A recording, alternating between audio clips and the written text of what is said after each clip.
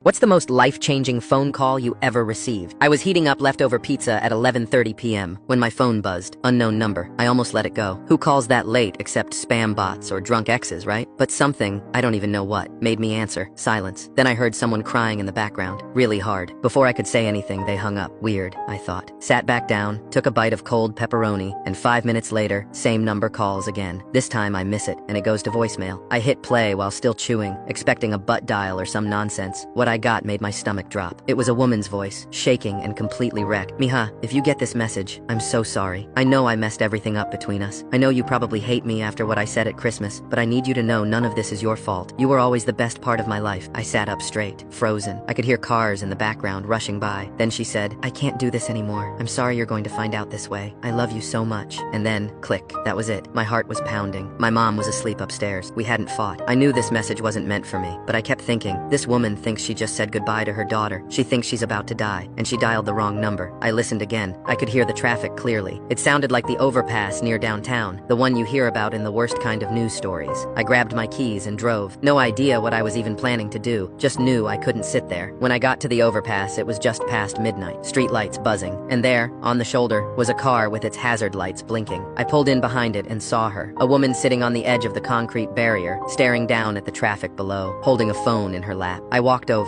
slow and careful. Excuse me, I said gently. Did you try to call someone a few minutes ago? Because I think you might have dialed the wrong number. She turned around, and her face, God, her face was wrecked, red, puffy, full of confusion. What? She said. I held up my phone and hit play on the voicemail. She covered her mouth the second she heard her own voice, tears all over again. I was trying to call my daughter, Isabella. We got in this huge fight 3 months ago, and she won't talk to me anymore. I wanted to hear her voice one more time. I sat next to her. What if I told you Isabella probably wants to hear from you too? Maybe she just doesn't know how to start. She looked at me like that idea had never even occurred to her. We sat on that ledge for almost an hour. She told me about missing Isabella's college graduation for work, how it turned into this massive fight, how stubborn they both were. Neither one called the other. And now, here she was. I finally said, call the right number, just try. Even if she doesn't answer, at least you tried. It was almost 1 a.m. She looked terrified, but she dialed. Second ring. Isabella picked up. I could hear both of them crying, overlapping each other. Mom, I've been wanting to call you for months. I'm sorry, I should have been there. I thought you hated me. I never did. I was just ashamed. They stayed on the phone for 20 minutes. Right there, on the overpass, making plans, apologizing, laughing through tears. You could feel them patching it up one word at a time. When she hung up, she turned to me, grabbed my hands and said, you saved my life tonight. If you hadn't answered, if you hadn't come looking. She didn't even finish the sentence. We exchanged numbers. She drove home that night, said she was going to start packing to visit Isabella in the morning. I've gotten a few texts from her since, updates, a photo of her and Isabella together at some cafe, a text that just said, thank you for everything. I still have that voicemail. I don't think I'll ever delete it.